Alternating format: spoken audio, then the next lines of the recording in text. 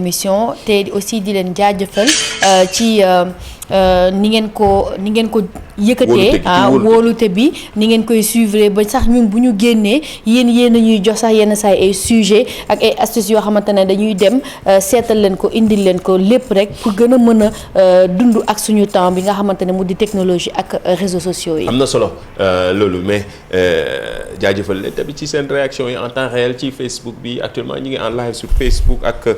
hashtag bi sunu net actuellement ñu ngi ci live ci page officielle bu télévision Futurs Médias dañuy suivre aussi ci plateforme yëpp bu ci mel ni YouTube bi ndaxte émission bi bu jeexee gis naa ni gars yi dañuy dem ci chaîne YouTube bi di gën a suivre li nga xamante ni mooy émission bi loolu am na solo surtout bu ñu demee YouTube dañuy def def TFM mën nañu am émission bi comme ni ngeen koy defee ci émission yëpp réaction yaa ngi nii en temps réel gars yi dañuy réagir like yi di ñëw kër yi di ñëw comme ni ngeen ko waxee xam naa ni yow nag mairie bëgg nga kër yi.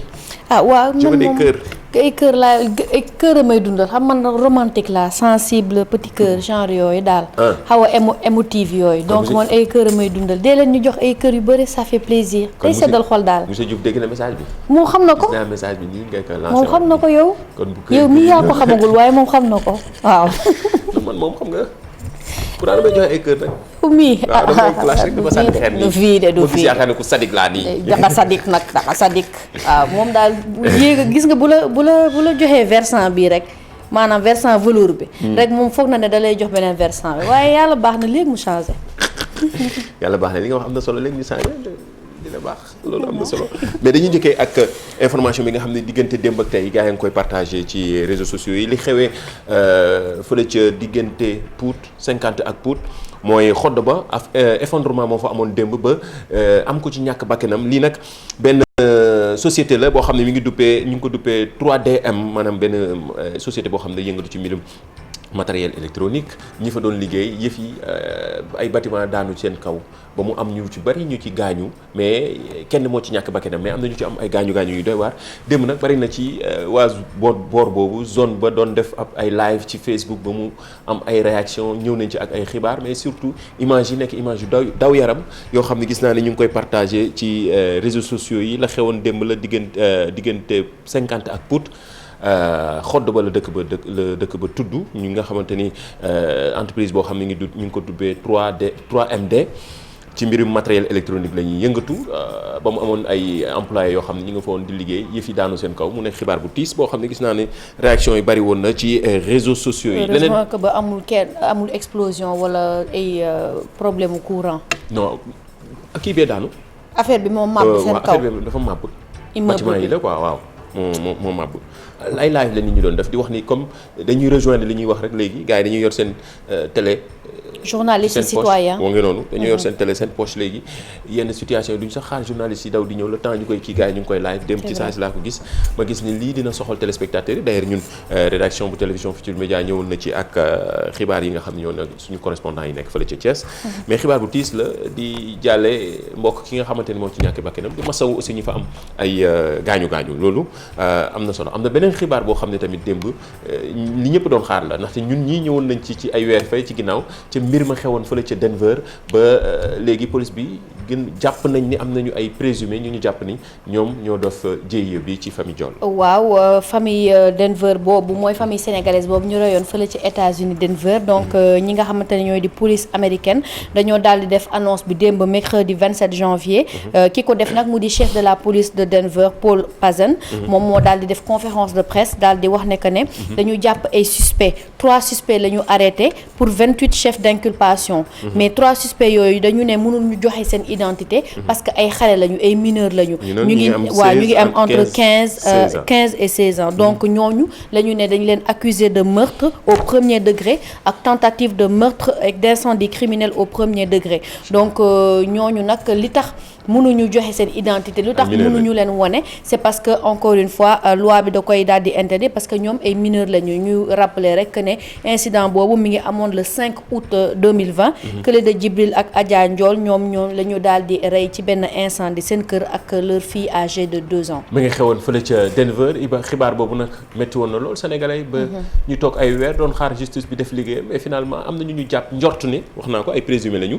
ne ñoom ñoo def jëyee bi surtout mairie explication yi nga xam ne ñëw na ci réseaux sociaux yi nag commencé nañu ku nekk di ko posté partagé waat di fàttali li fi amoon ci mois d'octobre bi ñu génn wax nga ko.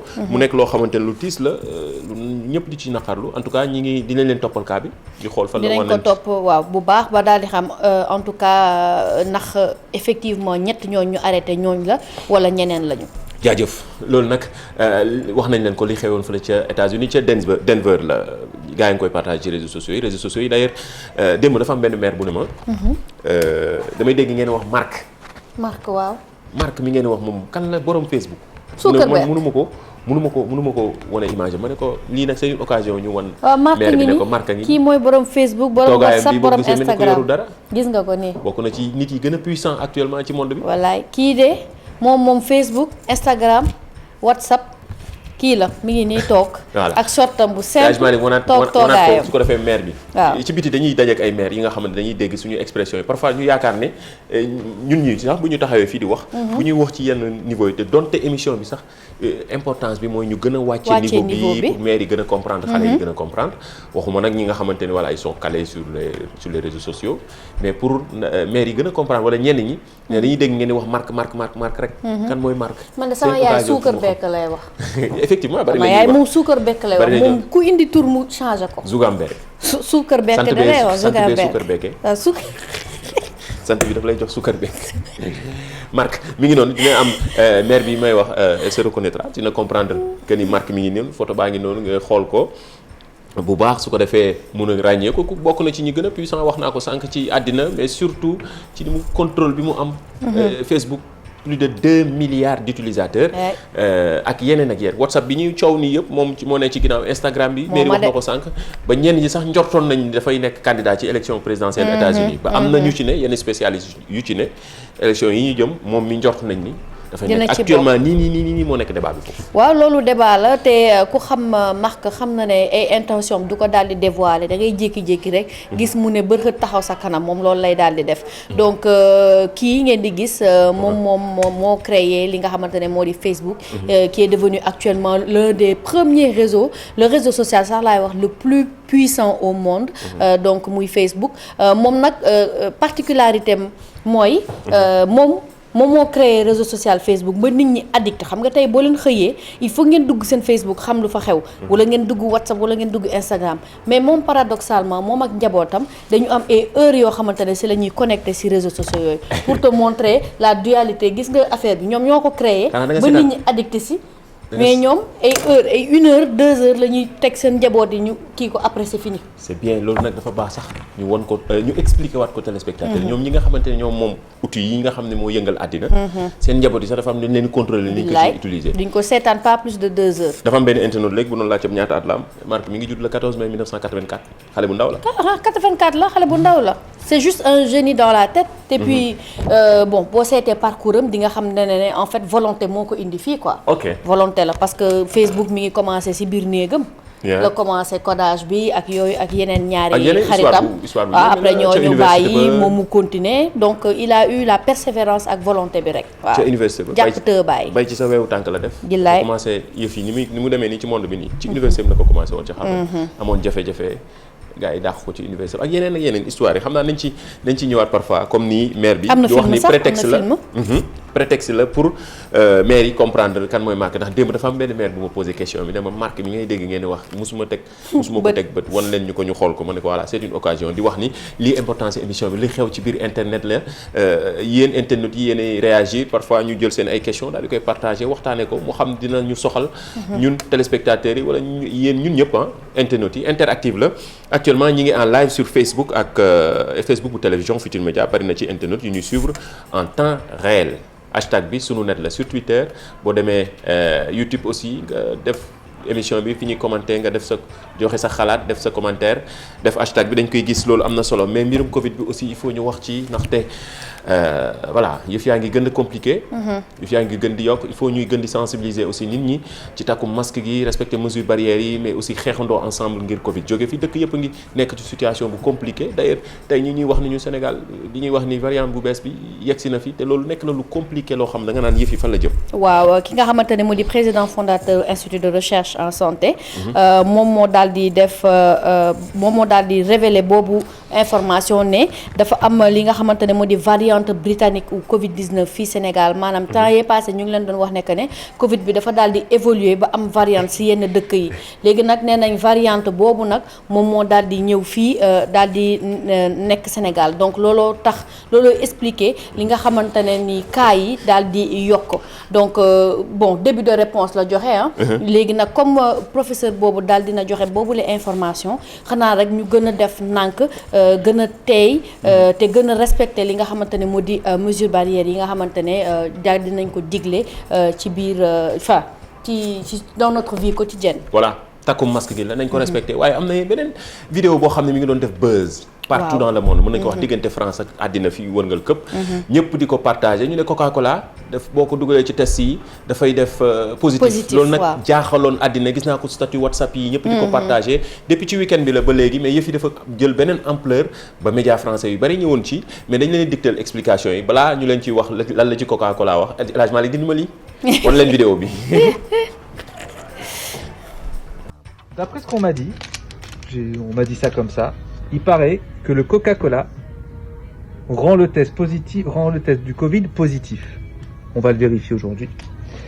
Donc, voilà, on va en mettre un peu partout, je pense, parce que, voilà, c'est du n'importe quoi. Voilà. Donc, on prend du Coca. Normal, j'ai pas pris du zéro. Comme ça, j'ai pas pris de risque. On va essayer. On ferme le petit capuchon. Ok, on met 3 petites gouttes. Le capuchon, je sais pas pourquoi il se ferme pas, sûrement c'est avec le gaz. Voilà. On a mis 4, c'est pas grave. On va nettoyer tout ça. Et on va attendre. Le résultat du test. Pour comprendre est-ce que le test devient positif ou pas. S'il devient positif, c'est fou. C'est fou. Comme je dis, je serais peut-être obligé de déclarer à la Sécu que Monsieur Coca-Cola est positif. On va voir. Alors, il y a un truc de dingue qui est en train de se passer, c'est que je vois un petit trait. Le test va être positif. C'est un truc de malade. C'est des tests, voilà, hein, c'est le test A à Z, c'est l'un des plus fiables. C'est pas, voilà, numéro de référence du test. Bonjour à tous. Alors, d'après ce qu'on m'a dit, on m'a dit ça comme ça. ñenn ñi partagé nañ ko sans ñu xam donte dafa def expérience bi ak téléphone portable fi mu toll léegi lii nag yëngal àddina ba ñëpp di ko partagé médias yi bari ñëwoon ci démb d'ailleurs maa ngi doon seetaan BFM TV. ñëpp dañ ci ñëwaat ba waa Coca-Cola def ab communiqué fësal ne ñoom ci seen bopp ne Coca-Cola musul rendre benn test positif ci mbirum Covid bi. waaw parce que comme ni nga ko waxee affaire bi dafa daal di jël ampleur ba nit ñi foog nekk ne léegi képp ku naan Coca-Cola. da yow si boppam da ngay testé positif. fële ci li nga xamante ne moo di Covid bi donc kii di Coca-Cola daal di génne benn communiqué pour wax et démentir que ne Coca-Cola bi du nekk loo xamante ne dafay rendre nit ki positif au test du Covid 19 mais benn réaction chimique la boo xamante ne nii boo ko ci daal di defee dafay daal di nekk positif mais c'est pas ça veut pas dire que boo jëndee sa Coca nga naan ko rek automatiquement da nga am Covid wala boo ko defee test Covid bi rek da ngay am Covid. mi ngi noonu voilà ba ay médecins yu bari génn gis nga médecin boobu je pense xaw ma ban étranger la ban nationalité la pardon bu génn moom tamit daal di fësal lii ay vidéo yu bari di génn ba mu créé benn tollé gis naa ko dem ci médias français yi ku ci nekk di ci yéey yàbbi ay spécialistes yi ñëw ci toog mais effectivement liñ ci war a mën a jàpp mooy Coca-Cola li ñu wax mooy yëf yi du leen rendre positif. Explication bi nga joxe baax na ne réaction chimique bi moo tax muy joxe test bi. parfois mu positif te lii jar na di xam lii la balaa ñooy partager dara wax naa ko ci réseaux sociaux yi nañuy xool lan la ak lu mu wundu lan moo nekk ci ginnaaw donte parfois dina jaxase suñu xel. mais toujours ñuy wax ak spécialistes yi wala di xaar ñi nga xamante ni ñooy gérer firme yu mag yi. bu fekkee dafay am toujours benn communication wala benn vidéo yoo xam ne day créer controverse wala polémique ñu leen di xaar ñuy joxe di ci seen xalaat yéey yàb bi ndaxte parfois information yi wax nañ ko chaque jour day jógee fu ne ba doo comprendre lan moo ciy dëgg lan moo dul dëgg lan moo wér comme ay information te loolu baax na parfois aussi ñu koy leeral d'où l'importance de li xew ci biir internet. moo tax balaa ngaa partager rek da nga daal di def ses recherches chaque fois ci émission bi ñu jàngal leen naka ngeen di vérifier information wala vérifier li nga xamante ne moo di image à travers les sites comme Reverse et cetera donc léegi yéen je pense que vous êtes outillés assez outillés jox nañ leen arme yépp pour benn information boo xamante ne ni dafa nekk fausse information yéen balaa sax ñun di ñu si ñëw yéen di ngeen mën a xam ne que c'est une fausse information te ku leen ko transférer aussi ngeen mën a wax ne que ne lii du information bu wër wala information bu wér la. jaajëf loolu am na solo Merry am na beneen information bi ñuy partage mais bii bu wér la xewee Tchad la. ñoom ay nit ñi dañoo jóg daal defar seen désert bi dañuy jël suuf si defar ko ay salle d'accouchement pour seen jigéen ñi nga xam ne dañoo wan lor di jur. Image buy circuler ci réseaux sociaux yi mais lii lu baax la dañoo jël seen faiblesse mën nañu ko jox transformer ko mu nekk force. waaw action citoyenne la action citoyenne bu Tchad bi la. parce que lii je pense que c'est déjà ingénieux c'est-à-dire c'est très bien réfléchi dans la tête.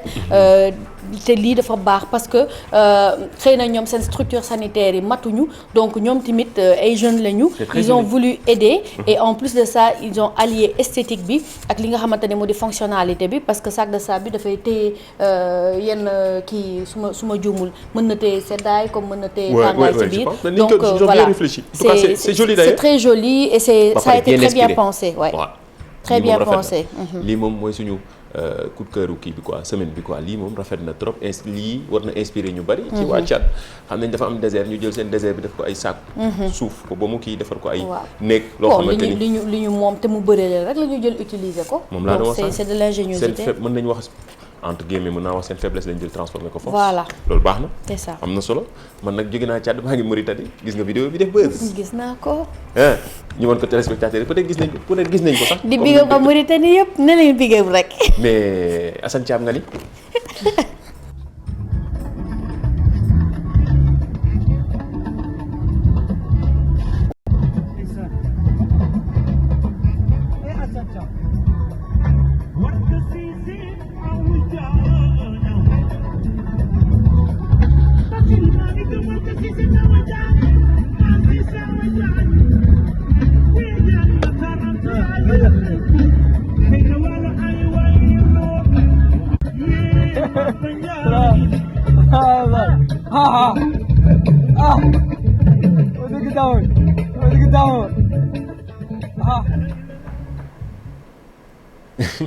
loo ci wax yow nga ni. bàyyi waa Facebook live yaa ngi xaar seen commentaire yi. non man kay instant bi Pakar ñi paa bi laa doon xoolaat. paa bi ku sol yére wolof rek paa la boo demee xale la sax. kii paa la tu réfléchis comme ñun ñëpp ku sol yére wolof rek paa la. déedéet maa ngi tey abaya laa sol. te moo tax meer nga. déedéet tey du ma meer dimbali ma abaya laa sol abaya bu riis. am na ko bul dugg foofu am na lu ma lay wax li ñu la commentaire. ci abaya dafa am ñu ñàkk gu nag baal leen. bul defal teg waa kii.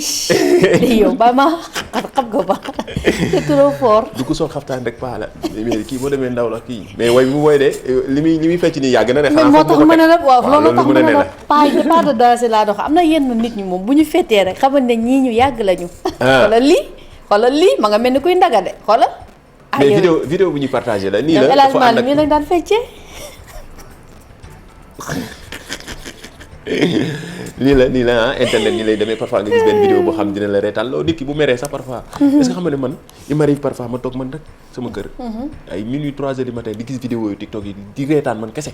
moytul am leneen lu la wuyu. am na fi ku fi defoon vidéo TikTok reetaan xàqataay am leneen lu ko wuyu xàqataay ànd ak moom heure yooyu dafa am. wax ni gars yi dañuy maara quoi parfois vidéo yi dina reetaan loo nit ñi moo tax yenn paa yi nga xamante ni voilà internet la raw tuuti quoi.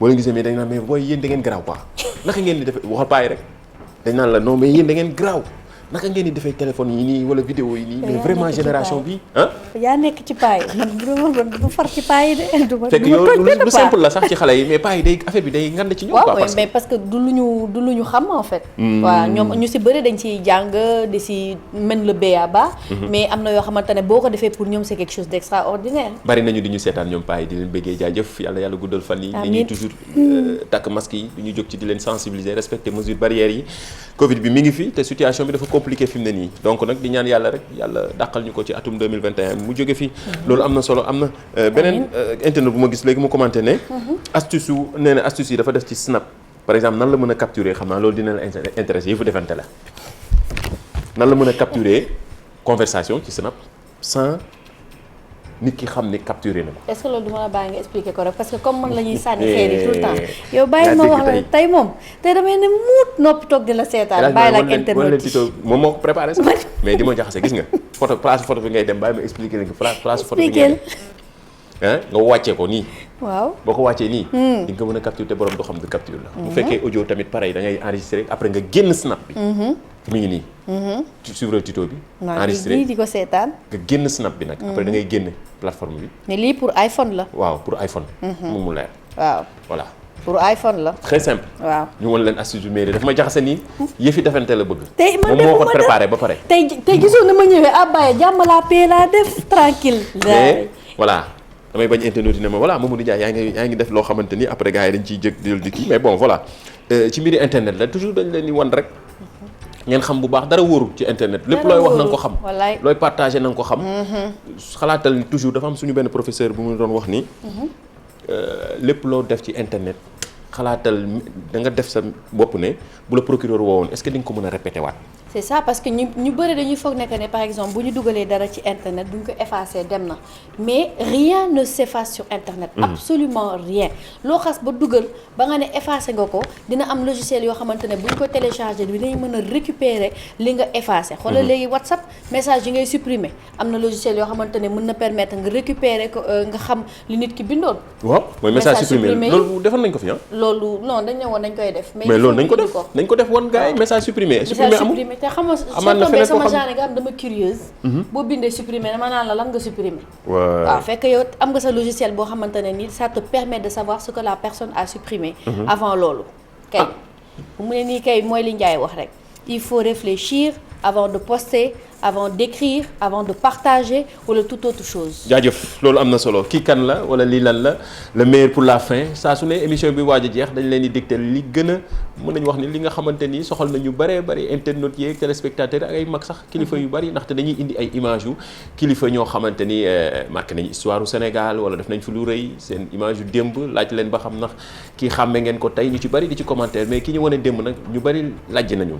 waaw ñu bëri lajj nañu donte choisir nañu après gis naa ni dafa mel ni gars yi dañuy xam nañ ni comprendre nañ leen en fait dama la ñu expliquer que ni ñun xam nañu tamit ne yéen da ngeen a bind boo leen juumee ngeen effacé après ngeen dem bindaat yooyu yëpp ñu ngi koy gis da nga bëgg a wax éditeur dañuy tricher non du tricher dañuy bind juum gisaat ni dañuy juum dem effacé waat daal di bindaat démb gis naa ci ku ci ne gis naa ne ku ne naan kii ji am na sax ku ne ma kii kan la Omar joxe nañ fi tur yu ne démb gis naa ko am na ku ne sax Lamine Gueye la Macky Sall kii El Hadj Bassirou Diagne grand serigne de Dakar la mu leer photo bi nag xam naa environ ay 40 ans la woon nag am na sama benn mag sax ba ma ne grand Paprane moo woo téléphone ne ma kii démb ki ngeen wane nii tey Bassirou Diagne la xam naa da ko xamoon démb moo tax ndaxte réaction yi daal bari na. defe naa ne mag yi ñoom ñoo koy gën a xam. xale yi dafa dañoo lajj donc kii El Hadj Bassirou Diagne Marème Diop. né en 1928 et décédé le 25 mars 2013. À 84 ans moom nag il a fait 27 ans de règne. Il a été intronisé le 19 décembre 1985. Grand serigne de Dakar donc moom nag mu nekkoon koo xamante ne ni il était très réputé pour li mu doon def ndax chaque vendredi. da doon invité sénégalais yi pour ñu daal di topp topp lépp li nga xamante ne mooy religion islam ak suñu yonente bi Muhammad sallallahu alayhi wa sallam doon conseiller donc moom chaque vendredi da doon génn di def ay sorties mu nekk aussi également chef coutumier donc si penc lébu yi fii ci Dakar moom moo fa nekkoon grand serigne de Dakar. voilà mu dogo woon ci Serigne Babacar Sy d'ailleurs mi ngi génn àddina benn 25 mars. jour anniversaire u décès wu Serigne Babacar. Serigne Babacar yaru ba mu nekkee gone fa jaar na ci loxoom.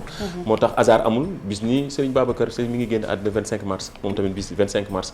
2013 la génn àddina moom El Hadj Bassirou Diagne. gis naa ne internet yu bari trouvé nañ ko nag tamit. surtout ci suñu chaîne YouTube bi nga xam ne d'ailleurs fa lañ choisir kenn ki nga xamante ni moom la ñuy wax mu dem ci Djily nekk sponsor officiel u rubrique bi kii kan la wala lii lan la moom ma nga nekk rond-point cité kër góor gi Djily CSB di ko jaajëfal ci kóolute gi mais surtout ni mu ñu joxe confiance quoi parfois ñu tànn kenn ci semaine bi mu dem ci Djily kii ñuy waaj a wax ni tànn turam a ngi noonu élagement la gisuma dara.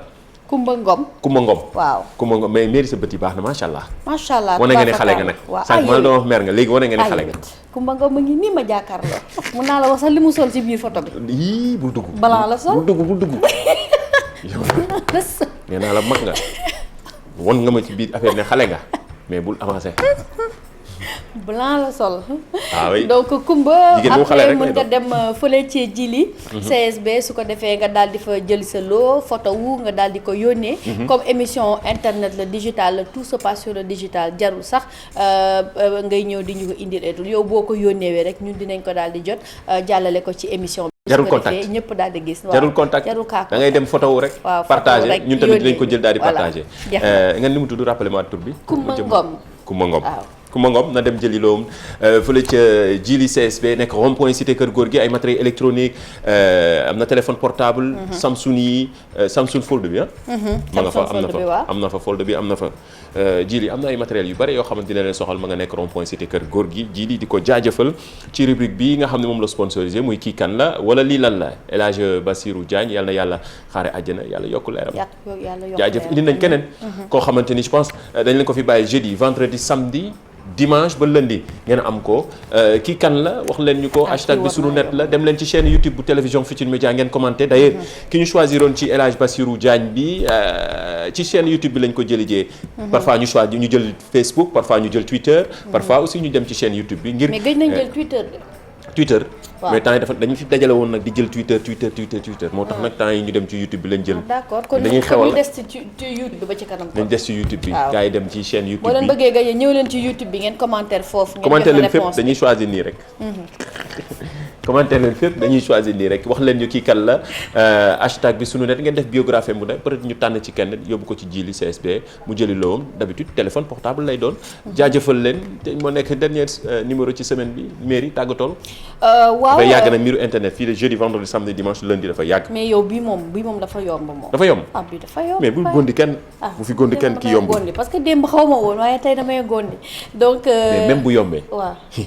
biographie bi quoi mi ngi noonu. voilà biographie bi c'est vrai derrière toute facilité il y a une difficulté derrière. c'est bien Petit Ndiaye c'est bien. jërëjëf donc di leen jox dig daje lundi incha allah si seetu bi ak sama maam Exidex et je te retrouve sur le plateau de lu xew ci internet bi mardi incha allah Ndiaye. di remercier ki nga xamante ne moo di Triangle de la beauté pour le joli abaya. merci beaucoup donc ñëpp ñu bëgg abaya kimono yi rek mën ngeen ko contacter. jaajëf mairie ba mardi incha allah ñu ñëwaat ci li xew ci biir internet bi entre temps ñun jaajëfal internautes yeeg téléspectateurs yi jaajëfal équipe digitale bi doon jàpp ci liggéey bi ngir ngeen mën ñu am en live ci suñu page Facebook jaajëfal ñoom élagement li ñu doon réaliser Youssou jaajëfal équipe bi jàpp ci liggéey bi jaajëfal ñi ñu doon seetaan jox leen dig daje ba lundi ci beneen numéro li xew ci biir internet bi. ku yaru moo la gën a muus dëgg la ku muus dëgg day yaru xam nga yaru ci muus la bokk dëgg la tey ci muus la bokk aussi am yar ci la bokk xam nga ñun Sénégal suñ force mooy yar ak teggin dëgg la ñu ko fonk yar ak teggin ñu ko fonk c'est important mooy suñu base donc boo amee yar ak teggin foo dem am fa mbokk foo dem am fa papa am fa yaay am fa rak am fa lépp